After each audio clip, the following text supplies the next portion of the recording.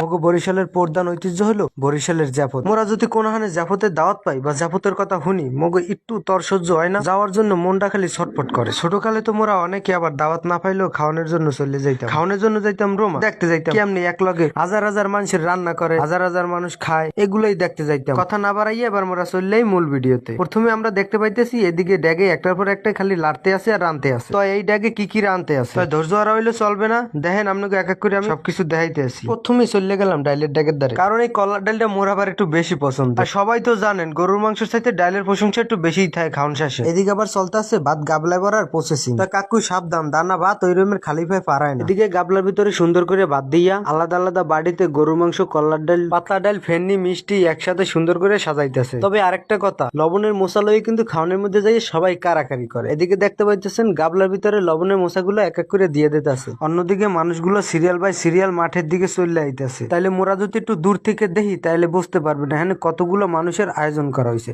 এখানে 8 থেকে 10,000 মানুষের খাবার দাবারের আয়োজন করা হয়েছে। দেখছেন এদিকে আমরাগুলো কথা কইতে কইতে মাঠের ভিতরে মানুষ সাজানো হয়ে গেছে। কেউ কেউ তো আবার বনে গনে দাঁড়াই গেছে যে তাড়াতাড়ি খাওয়ান লইয়ে পেটে খিদে লাগছে। ওদিকে মাইকে ডাক দিয়ে দিয়েছে খাদেমদারেরা তাড়াতাড়ি চলে যাওয়া।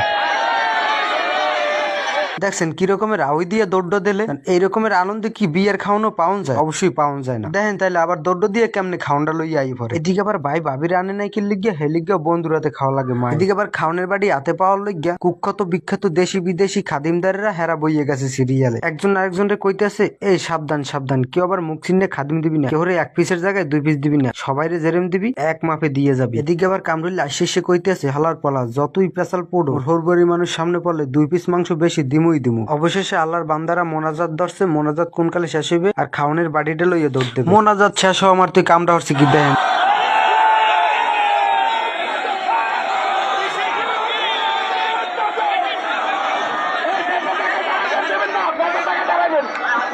সবাই আস্তে আস্তে যাই, তাকে না করিয়া যায়, আস্তে আস্তে যাই, কাউকে স্বার্থবাদী করবো না ইনশাল্লাহ। এদিকে মোর বাল্যকালের বন্ধুরাও বইয়ে পড়ছে খাওনের লাগিয়া। আসলে কি তারা খাওন খাইতেছে নাকি অন্য কিছু? আরেকটা তো আবার ফোন দিয়েই কই হেলাইছে সকিনা তুইও কি খাওন খাইতে আইছো। এদিকে পানির বোতল দিয়ে দেছে হাত দেওয়ার জন্য আর প্লেটে প্লেটে দেওয়া ধরছে খাওন। কেউ কেউ তো আবার খাওন থুইয়ে খালি ভিডিও করে আর ছবি তোলে। এই মুহূর্ত কি আর পাবো মোরা? এদিকে মুখের সামনে লইছে খাওন, খাওন দিতে আছে। ভাই কইতেছে গরু মাংস কি আরো 2 পিস দিব। মোরা কইলাম যে না, মোগা আর গরু মাংস দেওয়া লাগবে না, কারণ মোরা এখানে সবাই বসি সবাই সমান ভাগে ভাগ করিয়া দেবেন। কারণ একজনের লইগে 5 জনের মন খারাপ, ওইটা মুই সহ্য করতে পারবো না। এমন কইরা কইরা সবাই গোস্ত দিতেছে, গোস্ত দিতেছে, গোস্ত দিতেছে, সবাই খাইতেছে কি তাড়াহুড়া করে খাইতেছে। এদিকে এর মধ্যে খাইতে খাইতে খাওন শেষ হয়ে গেছে। বেড়াগো হগলডির খাওন শেষ, এখন মাতেরিয়ারা বইবে খাইতে। বেড়ারা উঠতে না উঠতে মাতেরিয়ারা চলে আইছে। তবে আমি আশা করছিলাম যে মাতেরিয়ারা একটু পরে আইবে, তারপর মাতেরিয়ারা বেড়াগো বাইরানের আগেই হারা ঢুকে পড়ছে। তো অনেক কষ্টে মষ্টে সামনের দিকে আগুইতেছি মাতেরিয়াকে ঠেললে ঠেললে। এদিকে আবার মগো বাড়ির পাশের গুড়াগাড়া একটার আরেকটা কইতেছে এ তোরা কেডা কয়টা পানির বোতল আনছো মরে দেখা। অবশেষে দীর্ঘ 2 ঘন্টা পর মাতেরিয়াকে খাওয়ান শুরু হয়ে গেছে। আচ্ছা আমরা হয়তো অনেকেই জানি না যে জাফরটা কেন নামে খাওয়াইতেছে বা কোন উপলক্ষে খাওয়াইতেছে। জাফরটা খাওয়াইতেছে মরহুম আমজাদ চৌকিদারের নামে। মোরা জাহান বইয়া খাইলাম সবাই।